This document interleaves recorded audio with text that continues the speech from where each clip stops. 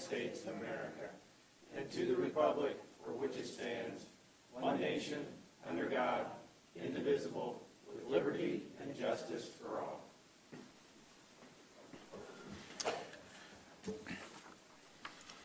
All right. It looks like we have two sets of meeting minutes to approve from August the 2nd and August the 16th. Mr. President, I move that we approve both sets of minutes as presented. Second. Okay, we have a motion and a second to approve both sets. Any discussion? Hearing none, all in favor say aye. Aye. Those opposed? That passes. Accounts payable. Mr. President, I'd like to recommend the claims from August 18th through September 7th, 2021 be approved without exception. So moved. Second. All in favor say aye. Aye. Those opposed? That passes. And payroll. Mr. President, I would also like to recommend the payrolls dated August 20th, 2021 and September 3rd, 2021 be approved without exception. So moved. Second. All in favor say aye. Aye. Those opposed? That passes as well. Highway. Stu. Good morning. Okay, we've got two contracts for approval. The first being with Butler, Fairman, and Seifert. This is a study, traffic study, impact study in the Harrison development area. Includes 600 north, 500 north, 75 east, 50, and 175 west, 150 west, sorry. Anyway, on all the intersections there within, trail, etc. This is a follow-up on the previous study, and we're working with the school, has made some adjustments. It's a follow-up study in the amount of not to exceed $110,600. Undoubtedly one of the fastest growing areas in our community right now. And with that, I would move that we approve the agreement with Butler, Fairman, and Seifert for $110,600. Second. Okay, we have a motion and a second. Any further discussion? Hearing none, all in favor say aye. Aye. Those opposed? That passes. Second contract is with American Structure Point. This is phase one of a multi-road project set that we're looking at in the industrial area below Subaru TIF industrial zone. This is in the amount not to exceed $444,390 and includes design, right-of-way engineering and right-of-way acquisition services as they come along for the reconstruction of 500 and 450 South. Mr. President, I move that we approve this agreement with American Structure Point as stated. Second. Okay, we have a motion and a second. Any further discussion on that? All in favor say aye. Aye. Those opposed? That passes. Thank you very much. Thank you. Mr. President, I move that we hear ordinance number 2021-26-CM, Uzo Amendment number 102. Second. Good morning, David. Good morning. David Hiddle, Area Plan Commission. The two items before you today. The first is UZO Amendment number 102, Ordinance 2021-26-CM. This was heard by the Plan Commission at their August 18th meeting and was unanimously recommended for approval by the commissioners. It involves the changing of the definition of the word lot in the subdivision control ordinance. And the reason for it is to make life a little bit easier for folks who live on in older platted areas, typically where the size of the lots that were platted long ago don't meet contemporary standards, and the development that's occurred in the past 100 years on those lots may have occurred over a lot line or without the proper side setback or things like that. When those folks have come to us historically and asked for a permit to build an addition or do kind of a small improvement to their property, it would be acknowledged or noted that they didn't meet the requirements with regards to the siting of usually the home on the lot. Maybe, like I said, it crossed a lot line or something like that. and what they would have to do to remedy the situation, even though they owned the entire area, like typically one lot next to another lot, and the home was built in the middle, they would need to hire a surveyor to either vacate the intervening lot line or to replat it to get rid of that lot line, which is really more of just an administrative task, and it's obviously onerous and very expensive for folks to do that. This is actually kind of a subject that sort of splits the planning community across the state. There are places where it's desired to just go completely by the book letter of the law and require that professionally surveyed erasure of a line, basically, is what it is. And then there are other places that allow for this more administrative adjustment. And it's typically, again, for the case of the owner of a irregularly or non-conforming sized lot who wants to do a minor improvement to his property and then is told that it amounts to a replat or a vacation. So we're trying to alleviate that hardship for those folks, residential property owners, almost 100% of the time, by changing the definition of lot. There's a lot of words to explain it, and I didn't explain it terribly well, but I hope that it makes enough sense for you to vote on it. If you have any questions, let me know.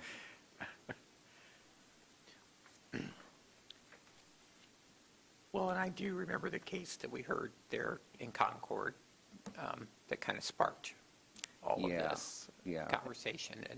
And we get these several times a year, and as often as not, because we've historically required the survey, which is thousands of dollars, the owner would just decide not to go forward with the improvement that they had planned. So. Yeah, I think it's a good move, and obviously it's been vetted very, very well, both in ordinance and. Come again? It's been vetted very well through the ordinance committee. Oh yeah, a lot of discussion. A lot of discussion. Yeah, a lot of discussion. All right, questions? Is there any public comment in regard to this? Bob? Murtaugh, Yes. Byers, Yes. Brown. Yes. Ordinance 2021-26 CM passes 3-0. Okay, and then we have a subdivision variance.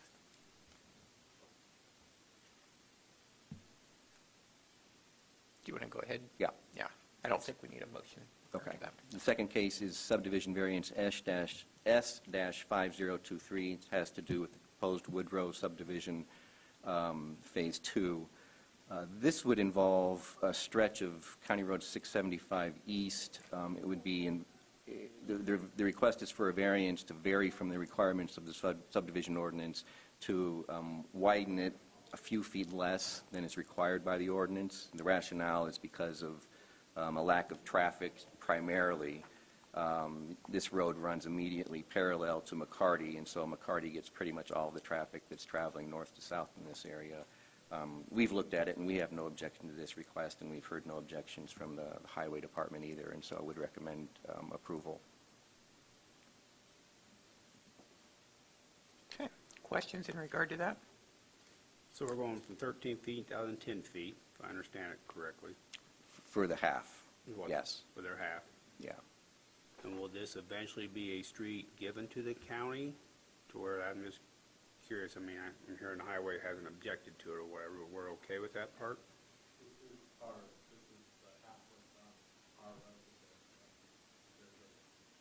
Okay. I just know snow plows make roads smaller, and that's why I'm just curious. Okay. Mr. President, I move that we approve this subdivision variance S-5023 Woodrow subdivision, major preliminary plat. Second. Okay, we have a motion and a second for the approval of the subdivision variance. Any further discussion? All in favor, say aye. Aye. Aye. Those opposed? That passes. Thank you very much. Thank you. All right, amendment to overtime compensatory time policy. Basically, this is just, we heard this, I don't know, 6 months ago? A year ago? I don't remember. And it's adding a paragraph to it. Do you want to go through that? Sure. Yeah, I think, I want to say it was late last year, December or something like that. But in that situation, we eliminated people's ability to use compensatory time, to use compensatory time and vacation time in the same work period. So, and then we limited the number of hours of comp time people could accrue. This seems to have caused some problems in a couple of departments, and so this new language would provide a procedure for those departments to opt out of this policy on overtime and compensatory time. And to do it, they're directed to consult with the Board of Commissioners and HR first to, just so we can get the lay of the land. And then when they notify Human Resources and the Commissioners that they're opting out, they're directed to have a modified policy that will apply. And so, there's some statutory stuff that the modified policy has to keep track of, the Fair Labor Standards Act, Indiana's wage payment statute, and we want the modified policy that they put in place to include a description of the members of the department to whom it applies, whether and under what circumstances vacation time will count toward the accrual of compensatory time, same thing with sick time, and the compensatory time accrual limits that will apply. And then that policy has to be given to the employees that are governed by its terms.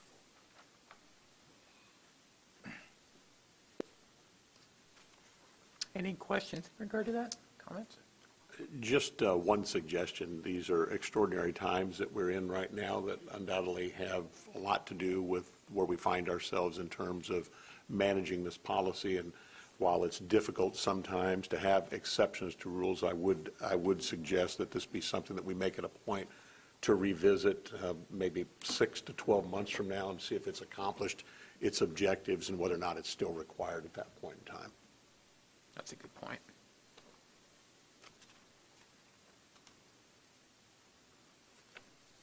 Mr. President, I move that we approve this amendment to overtime compensatory time policy that was presented. Second. Okay, we have a motion and a second. All in favor, say aye. Aye. Those opposed? That motion passes. All right, we have a resolution in regard to COVID leave benefit and stipend for vaccinated employees. Doug, do you want to give us a run-through? Sure. So there's basically 3 parts to this. One is a COVID-19 leave benefit, second is a stipend, and the third is work from home authorization.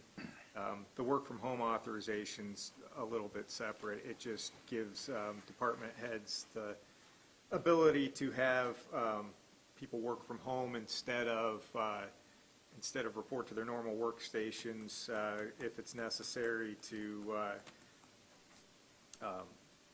ensure the functionality of the department, and so long as the people can be supervised and be productive while they're at home. But the COVID-19 leave benefit is for the period beginning today, if you pass it, and ending December 31st. It gives an eligible employee COVID-19 leave equivalent to 2 weeks of the employee's regularly scheduled employment. It's leave that can be used if the employee's school or daycare is closed or their minor or dependent child is not permitted to attend for COVID-19 reasons, and the employee has to provide child care, or if the employee has tested positive for COVID-19. To be eligible, the person has to be full-time and regular part-time, has to be fully vaccinated, or have a medical exemption because vaccination is medically contraindicated. And the second part is a stipend. It doesn't apply to seasonal or temporary employees, but full-time, regular, part-time or part-time hourly employees fully vaccinated, and provides proof of the vaccination, prior to December 31st is entitled to a $100 stipend, or if they provide a statement from a physician that vaccination is medically contraindicated, they'd be eligible for the stipend. Proof of vaccination, we've got it defined as reasonably reliable evidence that the individual's been fully vaccinated, including without limitation a copy of the employee's vaccination card or oral confirmation from a medical provider with knowledge of the employee's vaccination status.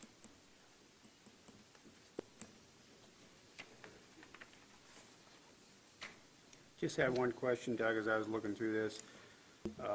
Basically, the COVID leave expires December 31st, the stipend expires December 31st, but we didn't really put an expiration time on the work from home. I'm not seeing a date on that, or...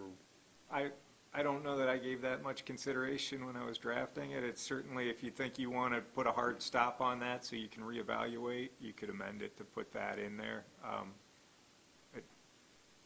Or, come December 31st, you could repeal that too, so either way. What's your thought? Well, my understanding is, and correct me, Tom, if I'm wrong, is the city of Lafayette and the city of West Lafayette has already done basically all of this, correct? I don't know They've that done West the Lafayette stipend? has done a stipend. The city of Lafayette did a stipend. But they did do the $50. COVID leave act. And West Lafayette did I'm not sure if they've enacted it or if they're just hearing it. Okay. It just passed? Okay. Today or pre? It had been passed. Okay. Do you think you want to? Well, I know the work from home. I mean, we've had some department heads that feel that some of their employees could work from home, not just because of COVID, because they're out in the field all the time or they're doing things like that, and I didn't know how much weight to be putting on that. I'm putting an end date to it, is what I'm just thinking out loud. Like I say, I have been approached by a couple department heads that say, hey.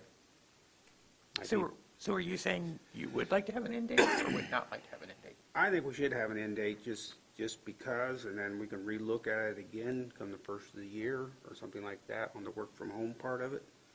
And to me, I think you definitely have to have an end date on the COVID leave and the stipend part of it. Is the way I'm looking at it initially. I know Tracy has some different thoughts too, so I'd like to hear from some of the people out there too also on this. I'm just going to make, if it would be appropriate now, we could, if you want to listen to or hear from folks in the audience first, I'm good with that. Or if you're prepared, I've got a couple of comments I'd like to make. Just overall, it's pretty rare that I find myself in a position to be the dissenting position as the kind of the new kid on the block here. Let me preface my comments by saying I'm not anti-vaccination. My wife was horribly ill August of last year, and it didn't take long for me to realize that I didn't want what she had as a result of contracting COVID. When we were both eligible for the vaccine, we stood in line like many others and took the vaccine with no major side effects. I still stand by that decision given my health history today, and I think I've shared with many of my friends in and out of government that I still feel strongly that this is ultimately a personal choice. The price tag for this is around $76,000. It can be cast as a health and wellness initiative, much like Anthem gives money to folks when they get a mammogram. You get a $50 gift card in the mail, a MasterCard gift card, or we pay for an annual well check, a physical, if you will, or even a flu shot. And I get those things. But we did COVID-1 leave that we did on our own. Then we did COVID-2 leave that the federal government mandated. And now we have COVID-3 leave, but we're only going to make part of our employees part of receiving that leave. Sitting here today, as I look at this, I feel strongly that it's unlikely to move the needle in terms of overall vaccination rates. people that are objecting to getting the vaccine, that don't want mandates and don't want to be forced to get it. It's unlikely that a $100 stipend is going to change that. I hope and pray that I eat crow on this, and I will. I've never willfully eaten crow and liked it, but I will tell you, if we look at the numbers between now and December 31st, and it has achieved its goal, that's a meal that I'll participate in. So again, my major objection to this has to do with the leave, and in its current state, with that being part of the discussion, my vote would have to be against the policy. So, thank you. Is there anybody in the audience that would like to speak to this? Okay. I appreciate your comments and your feedback as this has been developed as well. One of the, people are constantly sending us articles. Somebody sent us an article this morning from the New York Times that said, 1 out of 5,000 folks who are vaccinated are likely to get this breakthrough variant, or to get the breakthrough COVID. But, and that's much fewer than they originally thought. It was a very interesting article. But when I was looking at that, I also saw a previous article, and actually this was from the beginning of summer, so it was a while ago. But the title of the article is $100 as incentive to get a shot. Experiment suggests it can pay off. And what this article talks about is the fact that it did show that about 34%, it's only a third, folks that had been unvaccinated stated that they would consider a vaccination with that incentive. And granted, it is $70-some-odd thousand if 100% of our folks get vaccinated, but if 100% of our folks get vaccinated, wow, that's money well spent. I mean, just consider that would be the cost of one hospitalization, for COVID. And we are self-insured, so we'd be paying that ourselves. So in my mind, that is money that's extremely well spent. Obviously, the vaccine is, proven to be safe, proven to be effective. I just hope that anything we can do to encourage folks to get vaccinated, because that's our way out of this. We've all been talking about this at press conferences and through PSAs and so on and so forth for a long time now. But I think anything that we can do to help that happen is beneficial for the county. And I do think that the leave is something that's beneficial as well. In fact, I think, if anything, that's even less controversial than the incentive pay. But, I would like to see us move forward with both of those initiatives. Do you have anything you want to add? No, nobody else wants to speak? Just curious. Please.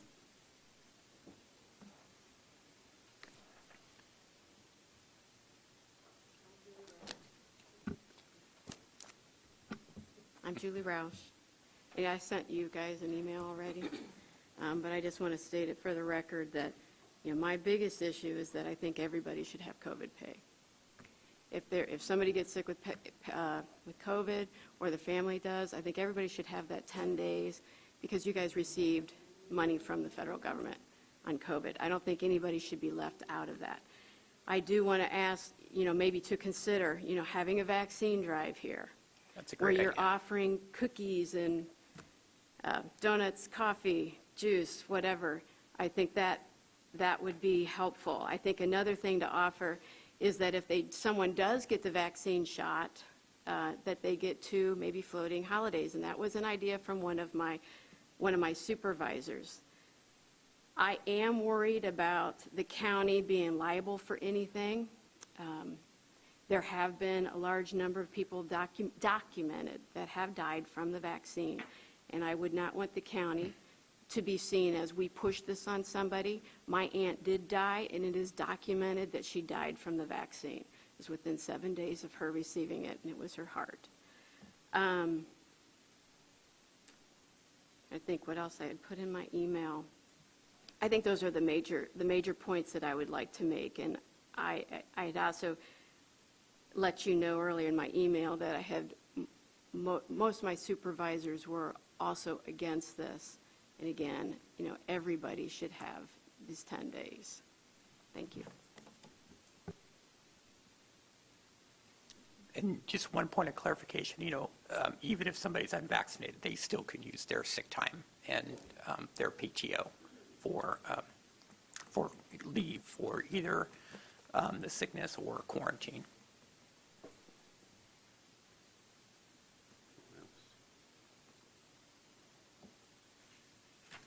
Okay, Mr. President,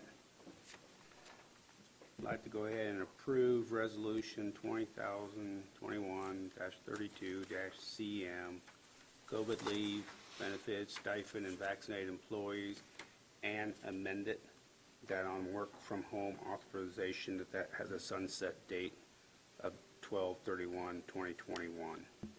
So just in terms of language on that last piece, I'd just recommend to accomplish that in section 12, you'd add a last sentence that says this section expires December 31st, 2021. That works for me. And I'll second that motion. All right, any further discussion? No, sir. All in favor, say aye. Aye. Those opposed? Aye. Okay, motion passes. All right. Thank you very much. Appreciate the conversation. And just point of clarification, we do not sign this one, correct? Yeah, I should add the Okay. sentence for you, and then you can sign that Okay, version. okay. All right. The next is Resolution 2021-33-CM, support of special purchasing method. I have Bob's name on it, but Doug, do you want to go through it? Yeah, Bob can speak to the need, but you should come up anyway. That's right.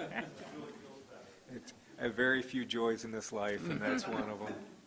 But, so this resolution, the first thing it does, it authorizes special purchasing method. Usually when you buy something, you need to bid it out or take a request for proposals. There's specified exceptions in the state code. This comes under two of them. One is that it's already been competitively bid. It's part of one of those joint purchasing operations. So there's another political subdivision who has done the bidding on these, and you're getting that pricing. The second thing has to do with compatibility issues, because this is through Stanley Convergent Security Solutions. It's for intercom and system control upgrades at the jail. All your existing products are based on this technology, and I think you just had well, not just, in a couple of years maybe, but digital cameras that this will interoperate with. And so those two things make going through Stanley Security based on this quote something you're allowed to do without going through the normal bidding process, but this resolution documents what you're doing. All right, and so do we need to approve the resolution and the contract, or is the contract signed actually by the sheriff? Well, the contract's signed by you, I think, Okay. but the resolution says you're using a special purchasing method and says that you're approving this Okay, contract. okay, perfect. Anything you want to add in regard to the, No, I thank you. I mean, it's something we have to do. That stuff is, as Tracy knows, it's really old. The little buttons they have in their cells, when they push it, they can sit in there all day long and say they're pushing it, it's not working, we can't replace the part. So it's requiring people to watch cameras more. We haven't had any issues, but this new system will record all of that, and my understanding of it is it'll record the voice, the interaction. So make sure to protect us and protect the inmates is what we want to do. It's a huge step forward. and this is obviously budgeted for this calendar. Yes, it's budgeted for 2022, and Sheriff, then we'll have to, that is right, it is 2022, right? That it's in the Yeah, budget. they need it signed before September, but it wouldn't be billed until next year. And then we'll be bringing a proposal for ongoing service and support that is separate Yes. at a later date, be bringing it back to the board. Because I think that that will be for the cameras and everything all wrapped together Right. in one. And the combined system's $328,800, and by combining it, we saved $12,450. Mr. President, I would move that we approve the support of special purchasing method for the Stanley Convergent Security Systems upgrade and the contract as well. Second? Okay, we have a motion and a second. And I'm sorry, Doug, just one point of clarification. In addition to the resolution, I'm signing the contract to it, or is Bob signing the contract? I think the commissioners sign it. Okay. Yeah. Okay. All right. All right, we have a motion and a second. Any further discussion? Hearing none. All in favor, say aye. Aye. Aye. Aye. Those opposed? That passes. Thank you. All right. And next from GM Development, if you recall, these are the disbursements for the bot project. We have both the July and August disbursement request. Mr. President, I move that we approve these two disbursements as presented. Second? Okay, we have a motion and a second. All in favor, say aye. Aye. Aye. Aye. All right, thank you. That motion passes.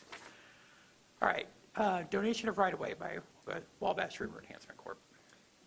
Yeah, so Wabash River Enhancement Corporation is in the process of selling part of its ownership of 2160 North River Road. This is a piece of property that straddles North River Road, and REC is going to retain the parcel that's up against the river and sell the one that's on the west side of River Road. And as part of this process, they're donating, I believe it's a 40-foot strip centered on River Road to the county. I think the title along this area tends to be a little ambiguous, but we know we've got the highways, the county's got right-of-way up to at least the road's edge, and Stu can maybe elaborate if need be. But with this donation, the title to the county would be clearer, and it'd be a bit wider, and it helps REC kind of facilitate this transaction as well. Okay, any questions in regard to that? Go ahead, Dave. Mr. President, I move that we approve this grant of right-of-way on 2160 North River Road. Second? Okay, we have a motion and a second. Any further discussion? Hearing none, all in favor, say aye. Aye. Aye. That motion passes. All right. The next one is a signage contract for Tcco and the Fairgrounds. This is one contract that puts a digital sign along Teal Road and 18th Street for those facilities with Houston, and that amount is $60. Dave, do you remember the price? Here it is, $65,667 for those two signs. And I'll make a note too that there's been a sponsorship that's been received that will cover that cost. So we're very excited to have that sponsorship in place. So With that, I would move that we approve the contract. Second. okay, we have a motion and a second. Any further discussion? Hearing none, all in favor say aye. Aye. Those opposed? The motion passes. Shirley, are we going to have this agenda item on for several more weeks, or? Yeah, unfortunately, I wasn't able to be here at the meeting where this was initially done incorrectly. The current situation with Tippecanoe County Community Corrections is that they have 17 positions that are currently titled Case Manager / Surveillance Officer. That was two positions that were merged together by a previous director, and they have now, in making changes, determined that that needs to be separated again. So we sent everything to Wagner. The positions remained at the same level and everything, but it was changed. Jason was to have eliminated the case manager / surveillance officer position and created 12 case manager positions and 5 surveillance officer positions in order to cover his current staff. So that's what we need to do today, is eliminate that title and then create the 12 and the 5. I know he had wanted to do an additional 2 for 2022, but it's past that deadline, so he'll have to come back in January to create those 2, but we need to take care of these for the current staff. And are those the 2 that are pending the renewal of the grant? No? Okay. I was going to say, that's a Kelly question. I'm glad she's here. Okay, and the only thing I would ask is if, when you communicate the rough draft of the minutes, if you could copy Shirley, just because that's the only thing we're going to have in the future for reference. So we Right. need to make sure we get that exactly right. So I appreciate that. So, Mr. President, saying that, I move that we eliminate the title of the 17 titles of case managers / surveillance officers and recreate it to be 5 surveillance officers and 12 case managers. Correct. Second. Okay. We have a motion and a second. Any further discussion? All in favor, say aye. Aye. Those opposed? That passes. Thank you. Thank you. All right. Civilian Chief Deputy for the Sheriff's Department. Sheriff.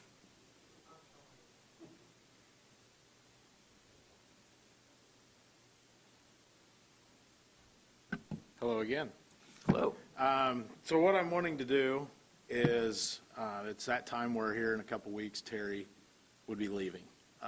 He'd have 32 years in, he's in her drop, and would bid farewell. I don't want to do that. I went to him a few months ago. I guess to back up, I didn't know Terry had entered drop until I got the paperwork. But anyway, I went to him and asked him if he'd be willing to stay, and he said he would.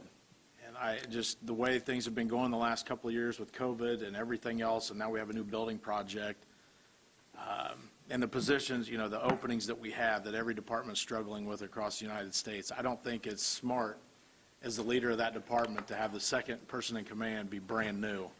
Now, they, in a sense, wouldn't be brand new because they're already, that person would come from that department, but that position's new. So we'd be going into another year with a new chief deputy, more than likely a new captain, a new lieutenant, new sergeant, and then have another opening. That, quite honestly, those openings are getting pretty difficult to fill.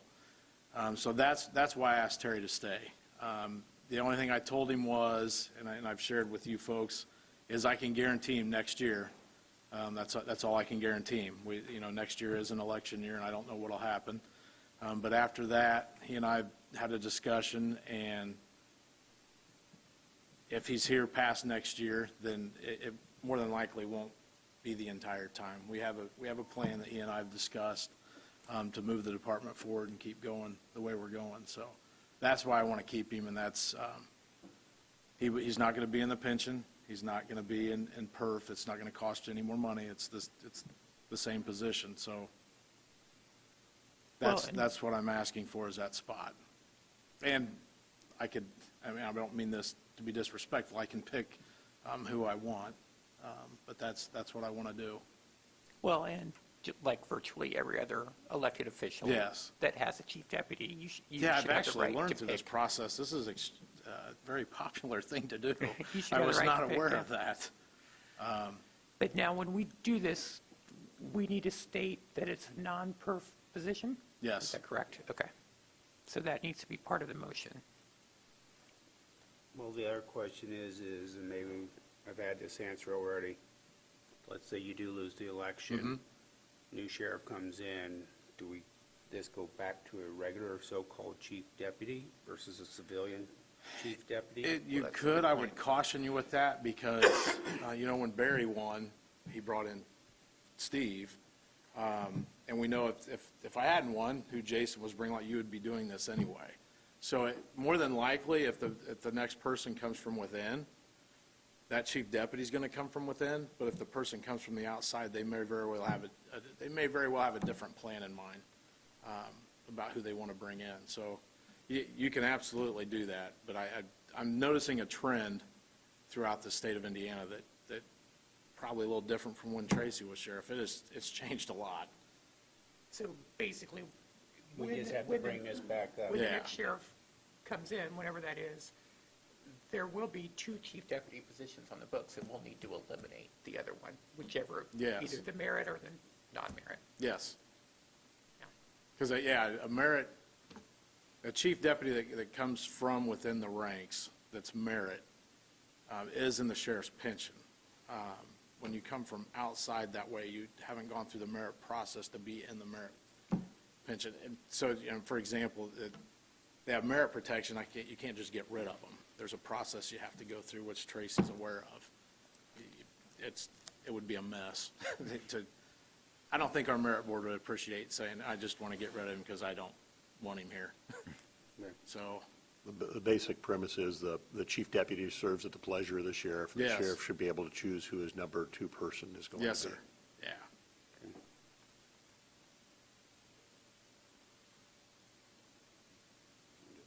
Yeah, and do we have, I may have missed it, do we have a job, are you writing a job classification for it, or, sorry. Now you're going without the cane. I know, without the cane. There's not currently a job description for that. I think in the past, that would have fallen under the major description. The difference with this would be civilian. Bob would probably need to put something together. Yeah, we can just so grab the that we major can- job. And then edit it to Yeah. take out all of the merit references. And that job description's from probably 1998, so you might want to That would be update new. update it a little Probably bit. 85, but no.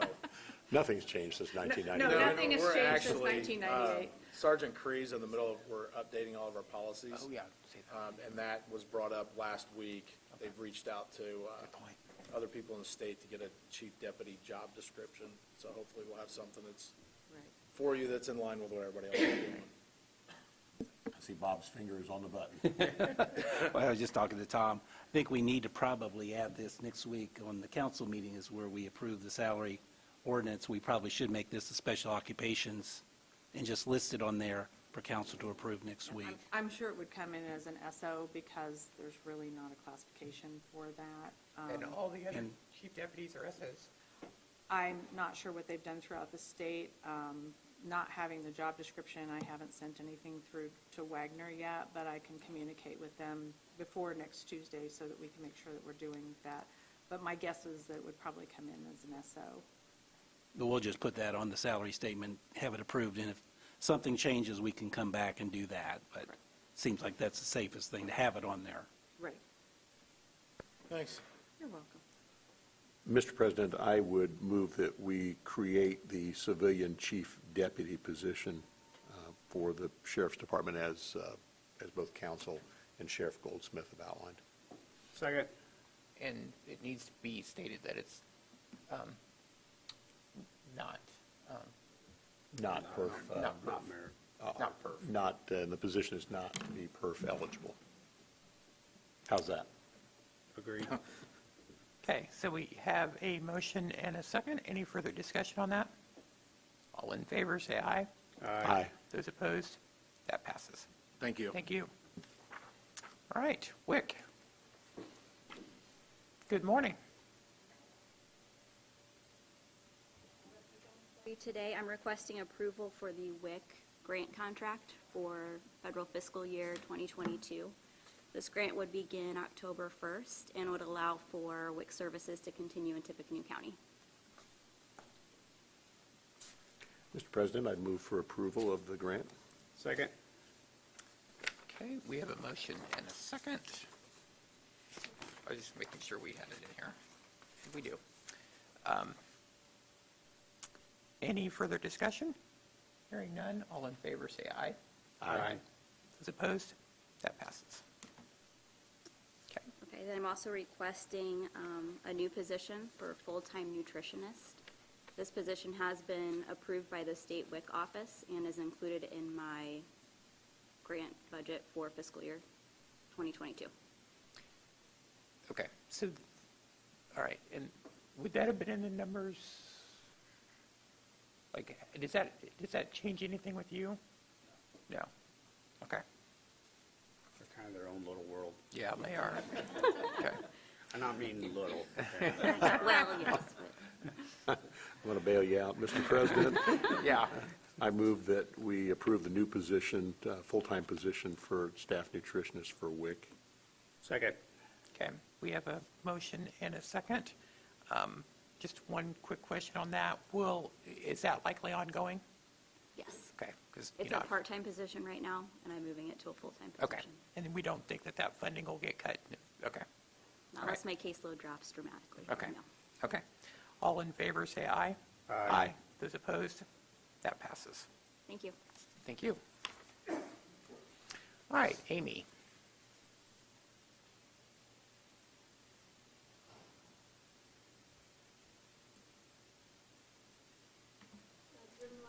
Just here to request approval of our service agreement with Comprehensive Behavioral Assessment.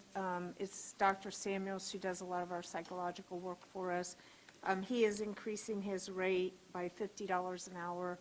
I don't believe he's increased previously, to my recollection. I may be mistaken, but I don't remember. I believe he's in the ballpark what most people are charging us. So I'm just asking for approval. Mr. President, I would move for approval of the professional service agreement with Comprehensive Behavioral Assessments. Dr. Samuels? Second. Okay, we have a motion and a second. All in favor, say aye. Aye. Those opposed? That passes. Thank you. Thank you. All right, Sharon.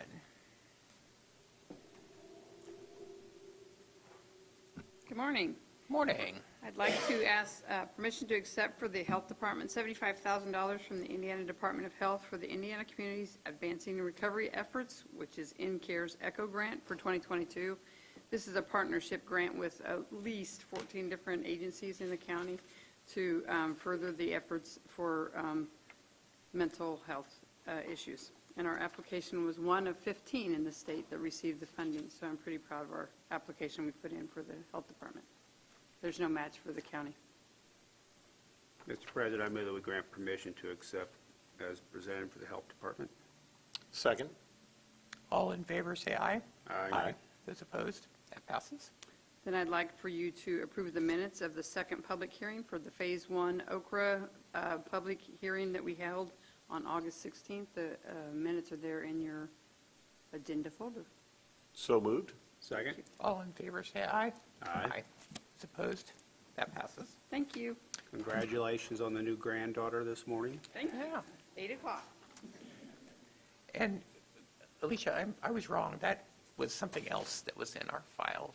Do you have the contract with you? Your contract? Yeah. Oh, it's one of the electronic ones? Okay. And then, Sharon, did you need to do anything with this? That's, okay. All right, we'll move on to maintenance. Mr. Dildine is still on vacation, returns tomorrow, so I'll cover these two things. Both have to do with elevator. As you recall, we put into our plan the updating of all of our elevators, and we've done that over a series of years. And so this is the contract for what has been budgeted for this year in the amount of $78,800 to do an upgrade and modernization package on the courthouse elevator. And I would entertain a motion for approval. So moved. Second. We have a motion and a second. All in favor, say aye. Aye. Those opposed? That passes. The second is a work order from the same company. TK Elevator Corporation to install new rails on the old cage elevator at the courthouse. Those are in need of total replacement to the tune of $61,848.95. So move. Second. All in favor, say aye. Aye. Those opposed, that passes.